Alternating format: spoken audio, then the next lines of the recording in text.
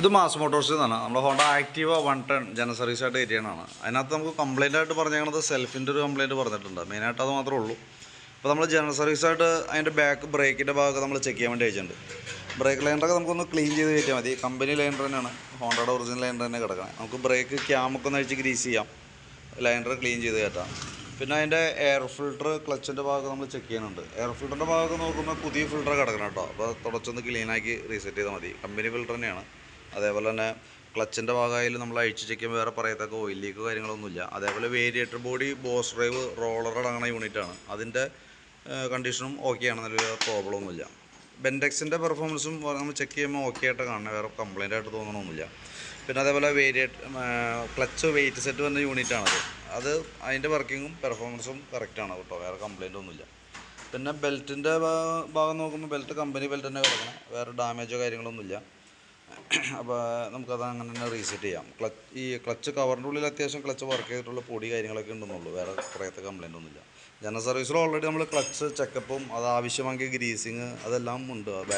അതേപോലെ തന്നെ ബെൽറ്റിൻ്റെ കണ്ടീഷൻ നോക്കണം, വേരിയേറ്റർ ബോഡി കാര്യങ്ങളൊക്കെ. അപ്പോൾ അതൊക്കെ ഓൾറെഡി നമുക്ക് ജനറൽ സർവീസിൽ ഉൾപ്പെടുത്തിയാണ് കേസാണ്. അപ്പോൾ അതുകൊണ്ട് തന്നെയാണ് നമ്മൾ ക്ലച്ചിൻ്റെ ഭാഗമൊക്കെ നമ്മൾ ചെക്ക് ചെയ്യണം കേട്ടോ. കാരണം ക്ലച്ച് ഗ്രീസിങ് ആവശ്യമാണെങ്കിൽ നമുക്ക് കൂട്ടത്തിലൂടെ ക്ലച്ച് ഗ്രീസിങ് കൂടി ചെയ്തു പോകേണ്ടതാണ്. ഇത് കറക്റ്റായിട്ട് ചെയ്യുന്ന വണ്ടി ആയതുകൊണ്ടാണ് വേറെ പറയത്ത കംപ്ലയിൻ്റ് ഇല്ലാത്തത് കേട്ടോ. പിന്നെ അതേപോലെ തന്നെ നമുക്ക് എൻ്റെ എഞ്ചിൻ ഹെഡിൻ്റെ ഭാഗത്തായാലും വേറെ ലീക്കേജോ കാര്യങ്ങളൊന്നുമില്ല. ആക്സിലേറ്റർ കേബിൾ, ചോക്കിൻ്റെ വർക്കിംഗ് ഒക്കെ നോക്കുമ്പോൾ ഓക്കെയാണ്, വേറെ കംപ്ലയിൻ്റ് ഒന്നുമില്ല. ആക്സിലേറ്റർ കേബിളായാലും വേറെ പ്രോബ്ലം ഒന്നുമില്ല. ഫ്രണ്ട് ഭാഗത്തേക്ക് വരുമ്പോഴത്തേക്കും ഫ്രണ്ട് സസ്പെൻഷൻ നമുക്ക് ലിങ്ക് മോഡലാണ് വരാം. അപ്പോൾ അതിൻ്റെ കോളർ ചെറിയൊരു പ്ലേ കാണിച്ചു തുടങ്ങിയിട്ടുണ്ട്. അപ്പോൾ അതിൻ്റെ ഉള്ളിൽ തന്നെ കോളർ സെറ്റ് മാത്രം നമുക്കൊന്ന് മാറ്റിയിടാം. ഗ്രീൻ പുഷൊക്കെ ഒന്ന് ഗ്രീസ് ചെയ്യുക. ഫ്രണ്ട് വീലിൻ്റെ ബ്രേക്ക് ലൈനറൊക്കെ നമ്മൾ അത്യാവശ്യം നല്ല ലൈനറാണ്, ഒന്ന് ക്ലീനാക്കി റീസെറ്റ് ചെയ്താൽ മതി.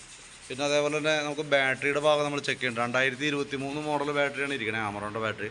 അപ്പോൾ നമ്മൾ ചെക്ക് ചെയ്യണം. ഫസ്റ്റ് നമ്മൾ വണ്ടി കയറ്റിയപ്പോൾ തന്നെ നമ്മളൊന്ന് ചെക്ക് ചെയ്തിരുന്നു. അപ്പോൾ നമുക്ക് ബാറ്ററി ഡാമേജ് ആയിട്ട് രീതിയിലാണ് കാണിച്ചായിരുന്നത്. അതിൻ്റെയാണ് സെൽഫ് എടുക്കാനായിട്ടൊരു പ്രശ്നം കാണിച്ചായിരുന്നു കേട്ടോ. അപ്പോൾ കുറച്ച് നേരം ഒന്ന് ഫുൾ ചാർജിലേക്ക് ഇട്ടു. അപ്പോൾ നോക്കുമ്പോൾ 13 വോൾട്ട് വരെ ആയിട്ടുണ്ട്. ഇപ്പോൾ നമുക്കിപ്പോൾ അതിന് ശേഷമാണ് അപ്പോൾ നമ്മളിപ്പോൾ ടെസ്റ്റ് ചെയ്തത് കേട്ടോ. ടെസ്റ്റ് അടിക്കുന്ന സമയത്ത് ഓക്കെ ആയിട്ട് കാണിക്കണേ. അപ്പോൾ ബാറ്ററി ലോ ആയിട്ടാണ് വന്നിരുന്നപ്പോൾ ഉണ്ടായിരുന്നത്. അപ്പോൾ നമ്മൾ ഫസ്റ്റ് തന്നെ ബാറ്ററി ഒന്ന് അഴിച്ച് ഫുൾ ചാർജിലേക്ക് ഇട്ടായിരുന്നു. അപ്പോൾ നോക്കുമ്പോൾ കംപ്ലയിൻ്റ് എന്തെങ്കിലും ഉണ്ടെങ്കിൽ അറിയാൻ വേണ്ടിയിട്ടാണ് ബാറ്ററിയുടെ. അപ്പോൾ നിലവിൽ വേറെ പ്രശ്നമൊന്നും കാണുന്നില്ല. ബാറ്ററിയുടെ തന്നെ ആയിരുന്നു കംപ്ലയിൻറ്റ് കാണിച്ചിരുന്നു കേട്ടോ. വേറെ കംപ്ലയിൻ്റ് ഒന്നും നമുക്ക് സെൽഫിൻ്റെ പ്രശ്നത്തിൽ നമുക്ക് തോന്നണില്ല, വേറെ കംപ്ലയിൻറ്റ് കിട്ടിയില്ല കേട്ടോ. പിന്നെ അതേപോലെ തന്നെ സ്പാർക്ക് പ്ലഗ് ഒക്കെ ആയാലും നമുക്കൊന്ന് ക്ലീനാക്കി റീസെറ്റ് ചെയ്യാം. അതേപോലെ സെക്കൻഡറി ഫിൽറ്ററൊക്കെ നല്ല ഫിൽറ്ററാണ്, ഓൾറെഡി എഞ്ചിൻ ഓയിൽ മാറുന്നുണ്ട്.